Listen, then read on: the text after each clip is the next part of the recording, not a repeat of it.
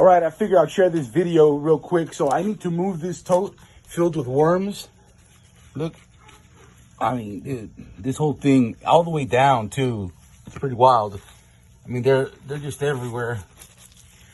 I'm in Florida, so I got to figure this thing out because it's gonna get real hot, real quick. And so what I'm gonna do is I'm gonna feed them on this side. I have this here, which is food scraps with EM1, just fermenting it. Just because for no other reason than I didn't have time to go build up my bokashi. And if you don't know what I'm talking about, just let me know and I'll show you what I'm doing. But I'm gonna feed this side of the bin, have them migrate over. And in the meantime, I'm gonna make a new substrate. And this is what I've been asked for. So I use what I have. And I love using mushroom block. This is mushroom block, right? Any mushroom grower can provide you with mushroom block. You can buy them. A lot of times they'll sell them very cheap. But the biology you're getting out of this is just, I mean, just how nutrient dense this mycelium is insane. So this is going to be my substrate, my base. Sometimes I do a lot of pre-compost that I learned from Jane over there at Rockin' Worms. She kills it with pre-compost. But I go a little crazy on the biology side because I'm a quote unquote microbial farmer and I dig it. So I'm going to add spirulina to it, right? I'm going to add ceramics. These are EM ceramics. If you don't know what those are, I'll put a video on ceramics as well. They're amazing. They stimulate purple non-sulfur bacteria. I mean, they do a lot. They've got quartz crystals pulverized. I also made this is dope. I made a compost extraction yesterday, and I put a video out on that. Outstanding what you get. I mean, it's got to be biologically complete compost, man. I soaked 4 cups of compost in that 25-gallon bucket. And go look at the video. It's a short that I made. So I'm going to add this. And I'm also going to add this. It's a fermentation out of a bokashi bin. So this is anaerobic. Yeah, I'm going to put anaerobes in here. And I'm going to let these anaerobes start breaking this down.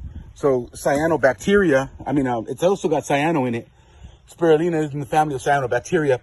It's going to hit you with nitrogen. It's going to hit you with a B complex, vitamins, and it's going to get you at least 9 essential amino acids.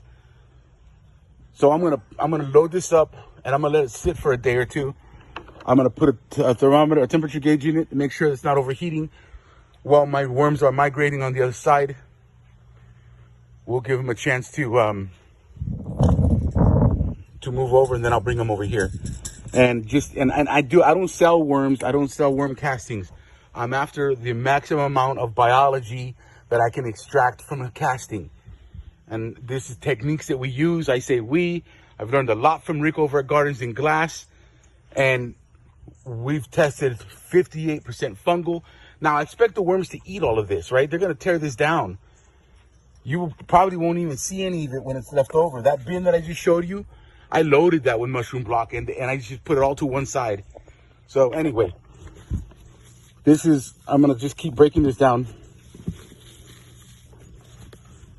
But I'm using a compost tea and all this other good stuff. And again, the nutrient density in this is phenomenal.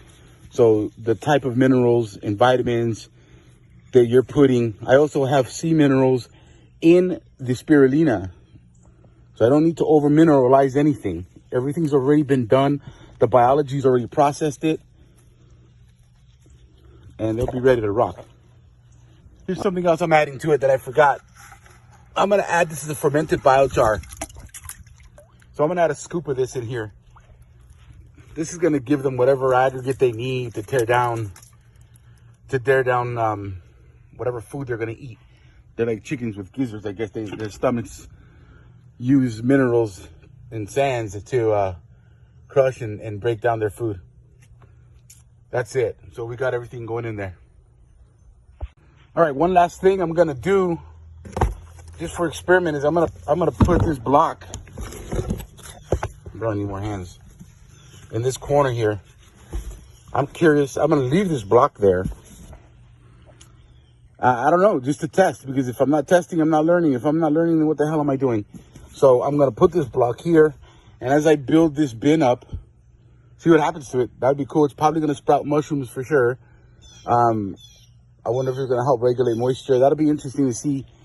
Or will they just start tearing it down? That'll be cool to know. But because these blocks are strong, man, you can literally, when they're really fresh, like this one's a lot fresher, so it'll start falling apart easier. But they'll turn into rocks. So anyway, just thought I'd share that.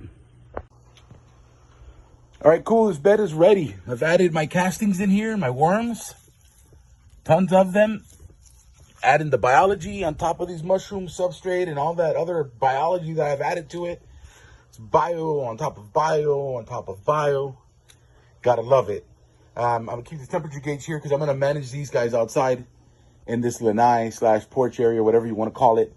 So I gotta make sure we're not hitting, 93 degrees is gonna be where I will pull them out and put them somewhere else. I have no idea where, but I should be okay in my lanai. If I have to turn on my porch fan, I will.